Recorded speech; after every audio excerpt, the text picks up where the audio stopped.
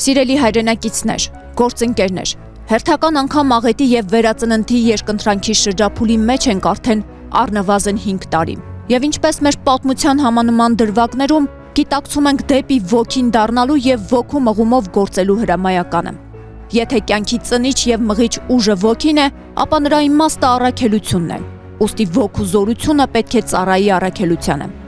Միևնույն ժամանակ ոգու ծնած մեր ուժը պետք է արդյունավետ կերպով կառավարվի։ Հակառակ պարագայում կհանգենք ինքնախժռման եւ ինքնամսխման, ինչը քանիցս տեղի է ունեցել թե մեր պատմական անցյալում, թե մեր իսկ կյանքի ընթացքում, նպաստելով անկումին եւ աղետին։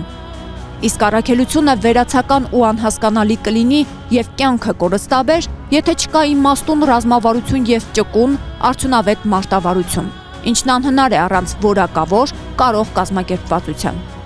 Այդ խնդիրները լուծելու նպատակով նախ հարկ կլինի վերաիմաստավորել անցյալը եւ շտկել մոտեցումները, առաջին հերթին հրաժարվելով կարճաժամկետ լուծումներ ենթադրող, դրանով իսկ անիրական սպասումներ առաջացնող բարձրագոչ հեղափոխականությունից եւ որդեգրել վերափոխականություն, որ ենթադրում է երկարաժամկետ լուծումներ եւ իրագործելի է ամենօրյա նպատակասլաց աշխատանքով։